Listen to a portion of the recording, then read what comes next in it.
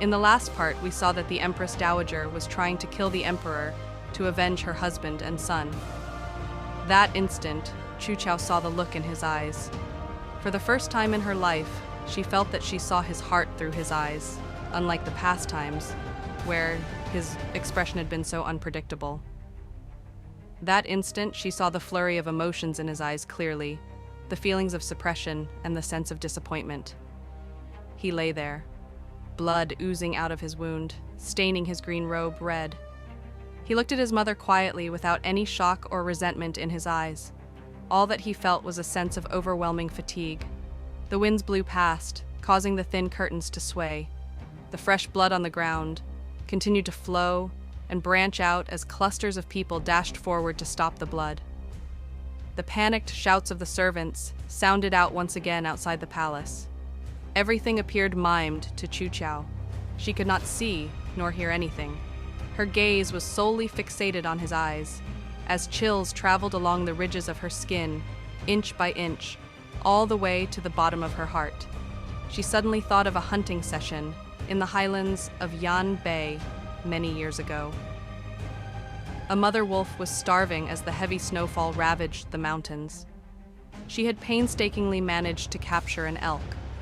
She was savoring its meat in large mouthfuls when its child sneaked to the side and took a small bite. The mother wolf was enraged as it raised its claws to strike out at its child, injuring it.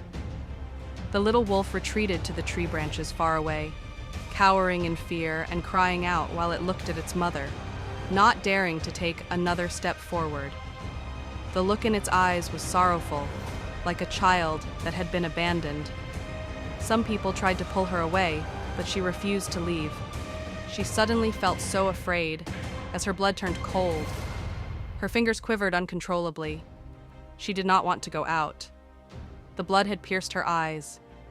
She feared that she would not be able to step in here again, once she had stepped out.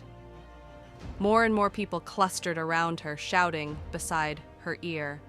Her thin clothes could not stand the force which she felt as she was pulled, as it began to rip apart. Suddenly, she exclaimed loudly and ran towards the direction of the inner palace, breaking free of everyone's grasp.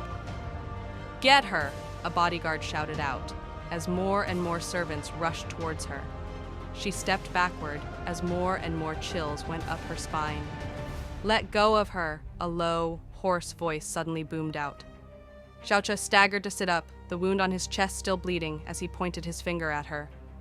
Your Majesty, don't move about!" A series of shouts suddenly echoed out. His body collapsed on the bed as a large mouthful of blood splattered out of his mouth. The sunlight formed some striped shadows on the walls as her mood plummeted down into the depths of the abyss. She stood outside of the crowd, unable to see his facial features. There was only a pale white hand, devoid of any color, hanging outwards from the bed.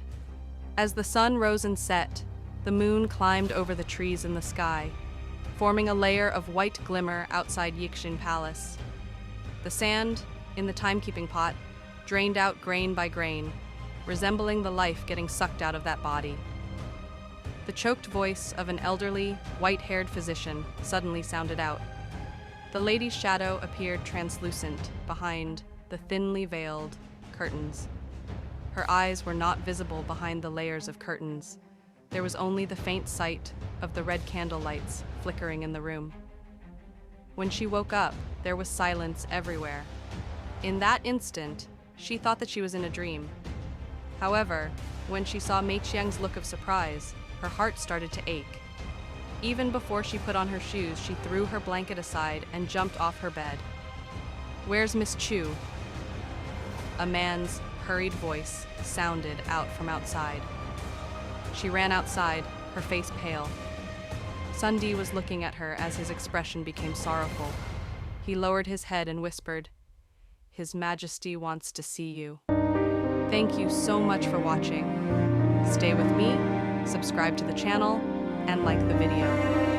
Don't forget to click the bell icon to be notified of the next part of the story. Thank you.